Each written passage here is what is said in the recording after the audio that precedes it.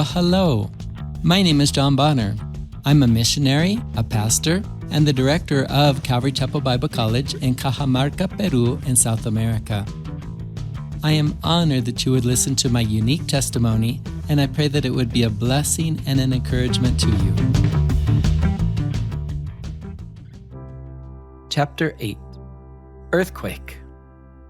Therefore, we will not be afraid, though the earth trembles and the mountains topple into the depths of the seas.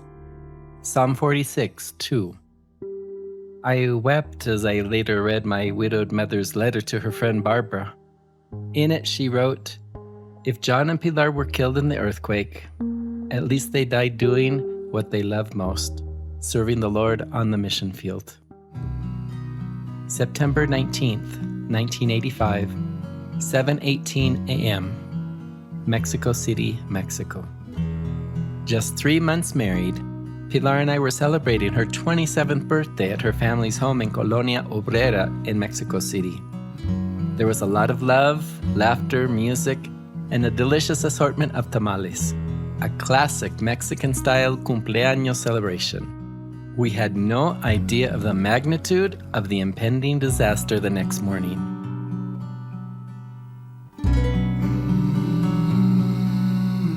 It was 7:18 a.m. We were awake, but still in bed when the Venetian blinds began to bounce forcefully against the window. Terremoto! The sound of clattering glassware in the kitchen increased, and we decided to find cover just as the closet door fell on me. I tried to comfort my new wife. "Sweetheart, it will end soon." But 2 simultaneous tremors grew more and more violent, with continuous shaking for 5 minutes. We rode out that magnitude 8.1 monster earthquake, huddled together under the doorway of our 4-story apartment, lumps in our throat, praying and wondering when it would end, and if we would survive. The children of our downstairs neighbors were screaming uncontrollably, so we got dressed and went down to help. They were pointing out the back window to a building that was no longer there.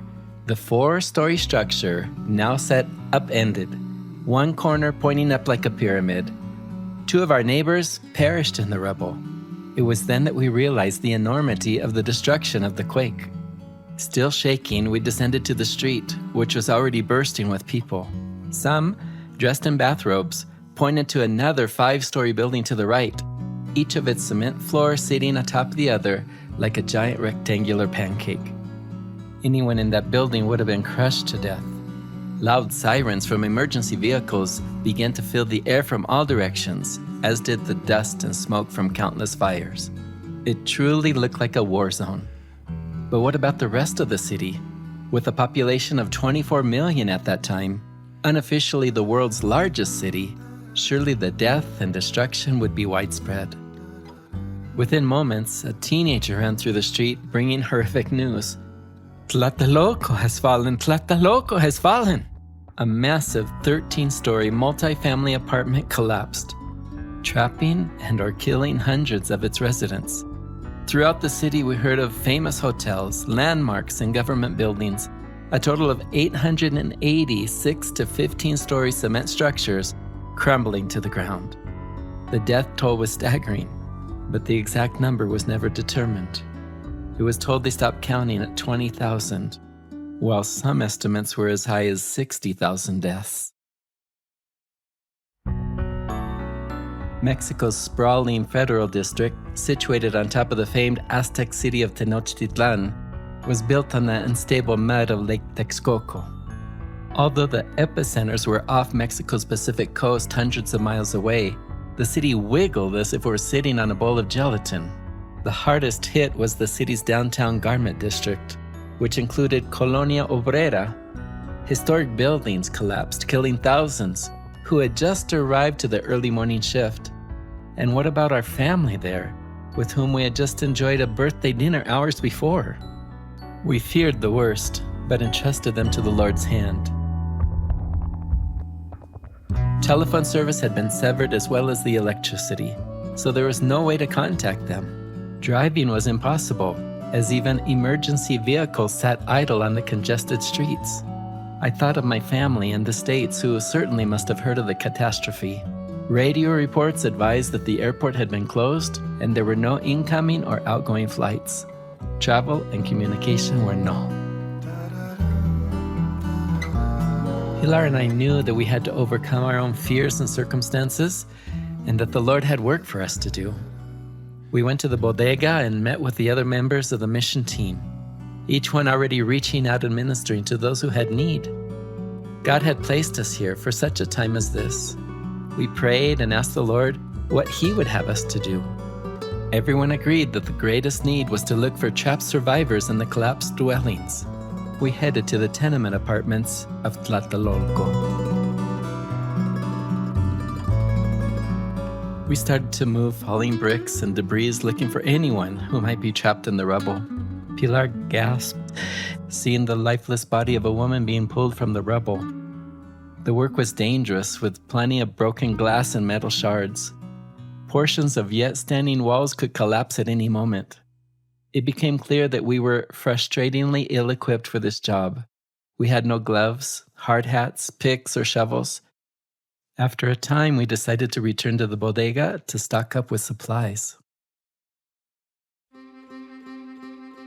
Looting had already begun, so police authorities cordoned off areas of Tlatelolco, and now were only allowing authorized rescue workers in. With supplies in hand and eager to help, we were stopped and kept out of the disaster area. Juan Domingo remembered he had a lifeguard certification card from the American Red Cross in his wallet and was able to gain access. It occurred to us to paint a bright red cross on the side of our white ministry van, and together with the ID, we were able to gain access to continue the rescue effort. Later that day, telephone service was partially restored, and a member of Pilar's family let us know her family had survived, but their apartment building was condemned and declared unsafe to enter. I heard that the airport had reopened, so I went to find someone flying to the States to get a message to the family that we were safe. I did not want my elderly mother needlessly concerned about our well-being. A total stranger I found there called Mom to reassure her, for which we will be eternally grateful. The following day, that nauseating feeling returned as the ground began to pitch in the first major 7.9 aftershock. Partially destroyed buildings collapsed, crushing still trapped survivors and those working in the rescue attempt. People were fearful to return to their damaged dwellings, and a major part of the populace slept in cars or beneath blankets in cardboard tents in parks. Hundreds of thousands instantly became homeless and would live in these temporary makeshift dwellings for months. Pilar and I agreed to leave the rescue attempt to professionals and began to work heavily within these new tent cities. We listened to their stories. Many had lost family members, and we prayed with them for peace and for God's provision. There was a huge need for water, food, and blankets. Pilar and I drove around the city in our blue Volkswagen Bug, filling it with milk, eggs, fruit, and vegetables to share with those in need. Our ministry began to receive shipments of medical supplies, rations, and clothing from caring churches in the States, which we immediately began to freely distribute. The government was slow in responding, so what work we were able to do in Jesus' name was well received and appreciated. We were able to share God's love with multitudes. My sister, Sue Whalen, contacted me and told me her friends were on their honeymoon in Mexico City and were staying at the prestigious Hotel Regis. She asked if I could inquire about them. I had already heard that the Regis had collapsed, and there was no hope for anyone still inside. Sue never heard again from her friends. Tragedy hit very close to home. Though the enemy meant it for evil, the Lord used the earthquake for His good. The Sunday after the earthquake, we gathered together as a church and recounted testimonies of God's faithfulness and the work He was doing through us. There was not a single death reported in the families of our fellowship. Many mentioned how their plans had changed or how they were late for work and did not suffer the tragic fate of friends and co-workers. God was faithful, and He used us to calm the storms in the lives of many people. The Lord allowed us to safely ride out a terrible natural disaster and had us in the thick of it to represent Him to the hurting and frightened people of Mexico City. The myth of coincidence. I often wonder why our lives were spared in the infamous 1985 Mexico City earthquake. Was it just fate or a coincidence? Or were we experiencing His divine protection? We stared death in the face and realized how fragile life truly is. Like so many, we could have been among the unfortunate thousands crushed in an avalanche of concrete. We learned that until our lives come to an end, God has work for us to do. We sensed a new lease on life. Paul was in a shipwreck caused by a lethal storm. The vessel stuck in the sand and was broken up by the pounding waves. God's servant immediately took charge and began to give life-saving orders that resulted in not one life being lost. During the tragedy, the Lord was honored as His man valiantly took action. Was it a coincidence that Paul was on the scene, or did God strategically place His servant there? Do you realize that until the time the Lord has preordained that you should go to be with Him, you are indestructible?